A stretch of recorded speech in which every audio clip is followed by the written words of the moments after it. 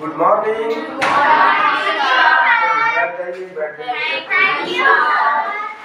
आज हम लोग पढ़ेंगे अध्याय, कौन सा अध्याय पढ़ रहे थे? 13 पढ़ रहे थे ना? अध्याय 13 चतुर्भुज। अध्याय बात नहीं करेंगे, चतुर्भुज।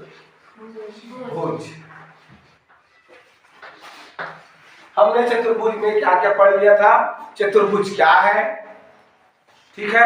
चतुर्भुज के अंग, शीर्ष, भुजा और कोण, अंतः कोण।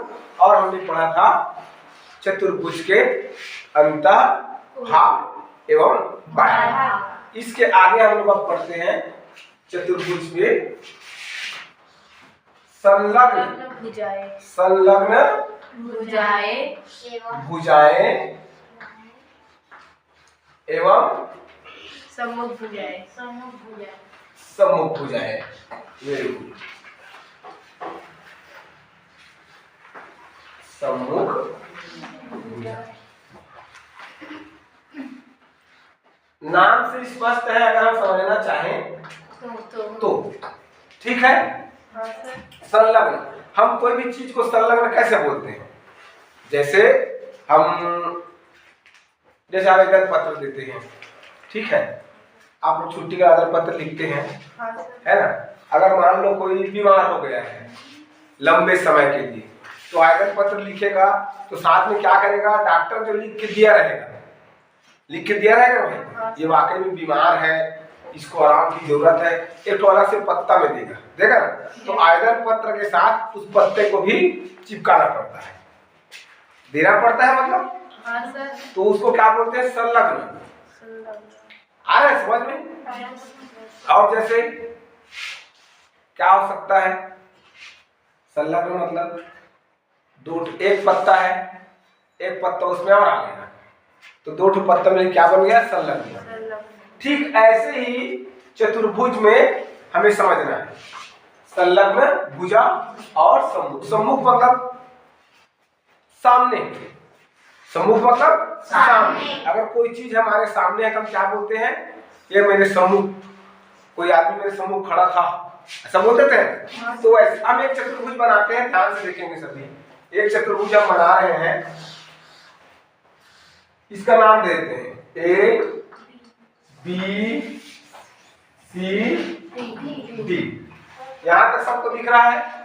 ये हमारे सामने एक चतुर्भुज है, इसकी 4 भुजाएं हैं और 4 कोण, राइट? अगर हम ध्यान से देखें तो भुजा ए बी दिख रहा है? हाँ सर। और भुजा ए बी। चतुर्भुज में कितने शीर्ष होते हैं? 4। हम पहले शीर्ष ए की बात करते हैं। किसकी बात करते हैं? शीर्ष ए। अच्छा, शीर्ष ए पर 2 भुजा दिख रहा है, कौन कौन सा?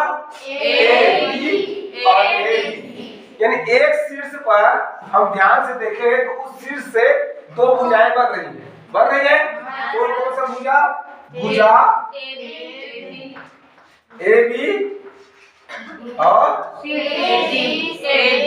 ए डी बोलो यार, डी, ठीक है? ये शीर्ष है, ध्यान से देखेंगे।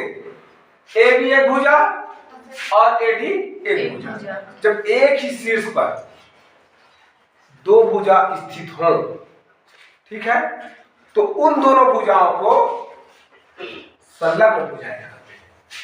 आगे समझ में? तो इस तरह आप कह सकते हैं कि A B and A D क्या है? संलग्न। सबको समझ में आ गया होगा? हाँ सर। इसको समझ में नहीं आया उसको हम दोबारा बता देंगे।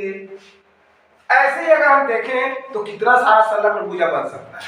वैसे शीर्ष बी पर भी देख सकते हैं, तो बी पर देखेंगे तो क्या बनेगा? ए बी और बी सी। ये क्या हो जाएंगे? संलग्न भुजा। भाई शीर्ष बी पर बन रहा है, तो इधर शीर्ष सी पर बनेगा। कौन कौन सा बनेगा शीर्ष सी पर? बी सी और सी डी। क्या बनेंगे? संलग्न भुजा। ये समभुज कोई समझ में आया ना? हाँ सर। है ना? संलग्न भुजा। अच्छा और बन सकता है क्या? हाँ सर। बताओ एक ठो। CD और DA DA और CD। CD यहाँ पर बनेगा हाँ सर। तो DC और DA ऐसा बोल सकते हैं। तो इस तरह हमारे पास 1 2 3 4 संलग्न भुजाएं हमें प्राप्त हुई। तो एक चतुर्भुज में कितनी संलग्न भुजाएं होती है? ये चारों सबको समझ में आया? अब देखिए इसी में हम संलग्न भुजा तो समझ चुके कि एक शीर्ष से दो भुजा जब बन रहा है तो वो दोनों भुजाएं आपस में क्या है? संलग्न भुजाएं। अब हम पढ़ते हैं सम्मुख भुजा। हम लोग पढ़ते हैं सम्मुख भुजा। एक लाइन में थोड़ा सा समझा देता हूँ, एक ही बार समझ में आएगा। सम्मुख मतलब सामने। एक हम भुजा ले लेते हैं, AB को ही ले लेते हैं। किसको ले लेते हैं? AB। यहाँ पे AB भुजा है। क्या है? भुजा।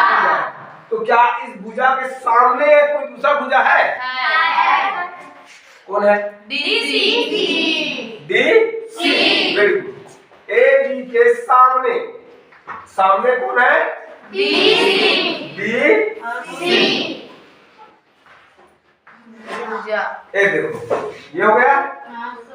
ये दोनों आमने सामने हैं। AB और DC।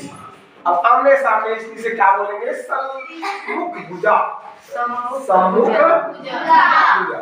इसमें और कुछ समझने की जरूरत है क्या हम लोगों को? सबको समझ में आया? ऐसा और भुजा है क्या इस चतुर्भुज में जो आमने सामने हो? है। नाम बताओ। ADBC